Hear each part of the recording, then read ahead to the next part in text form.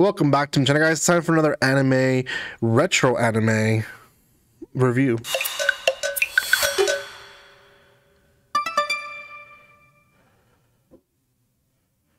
Welcome once again. This is going to be one that released on hidive.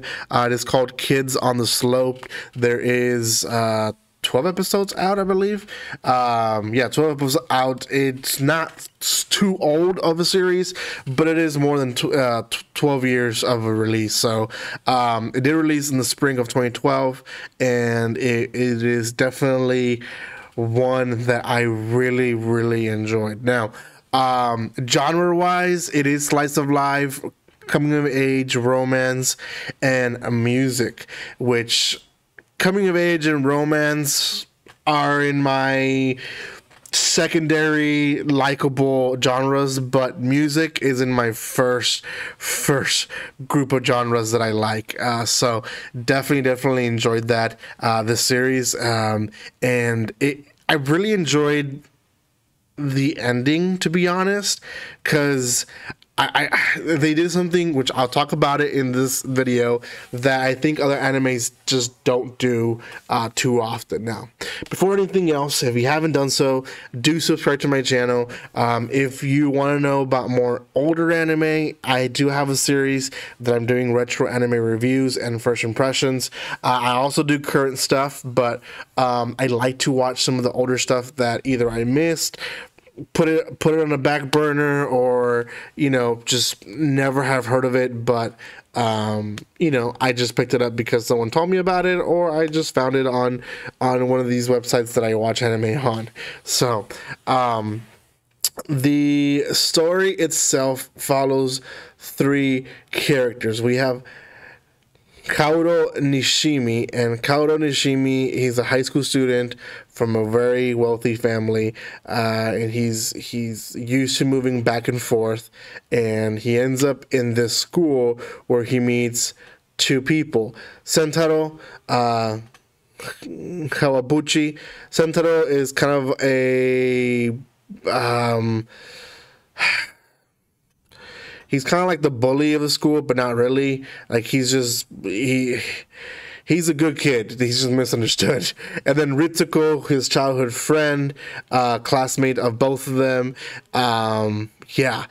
So different things happen different places, but essentially Kaoru likes to play piano. Sentaro is a jazz drummer, and they eventually join forces. After a few episodes, they finally declare they're friends, but essentially they hang out in the basement of the store of Ritsuko's dad, the girl, and the dad also joins and plays bass. And then there's another dude who shows up who plays, I believe, guitar, and all four of them have fun. That's the whole music aspect of it. The group kind of joins, breaks up, joins again. They have their own thing. At one point, Sentaro wants to play with another group of kids in the school, and there's a whole drama behind it, and Kaoru feels like he's betraying him. Like, there's a bunch of stuff around the music. The music doesn't go away. In fact, that unites them again at the end of the episode, of the last episode. But then there's also a love triangle, or several love triangles. The first one is Kaoru, the new kid, falls in love with Ritsuko, the old schoolgirl, the childhood friend of Sentaro, schoolgirl, but she is in love with Sentaro, the bully. Sentaro doesn't really see her that way because he sees her like childhood friend, more like a sister, but when Kaoru confesses to Ritsuko rejects him. He kind of figures it out, put one together, and he starts avoiding her at times, but also then keeping his distance and not taking hints, especially because he's made up his mind that he doesn't like her, or she doesn't like him. But then eventually she does end up liking him, and it's one of those like weird things, but it flips. They do go out, and then they just kind of break up at the end, and it's because Kaoru becomes very possessive of her, almost like I don't know. It's really weird. It really is. He tries to make a move on her towards the end of the series, and she obviously doesn't like it. And then they stop talking to each other, and he is moving away at the end of the anime, and she follows him the train, and they have a nice little ending, at least in their youth. And it's sad, but they kind of both go their own way at the end of the day. Sentaro has his own love triangle, and separately, the bass guitar player, he's a college student. There's a girl that Sentaro helps out in like the second or third episode of the series, and he falls in love with her in first sight. She, not really. She does give him a chance, but she falls in love with the guitar player. And the guitar player, he has his own story, but he's basically not following his family's wishes. She wants to be with him so bad that I think like the 9th episode they end up eloping. Like, it's really weird, but they end up eloping.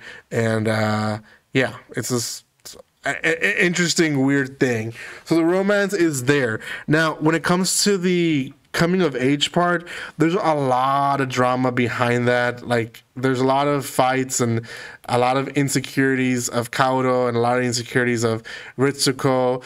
The whole chemistry between Sentaro being a poor grown-up kid, whereas Kaoru is more of a wealthy family, but Sentaro is more in touch with his family, whereas Kaoru is more like, yeah, I have a big house with a bunch of rooms, but I'm lonely, right? So there's a lot of chemistry there.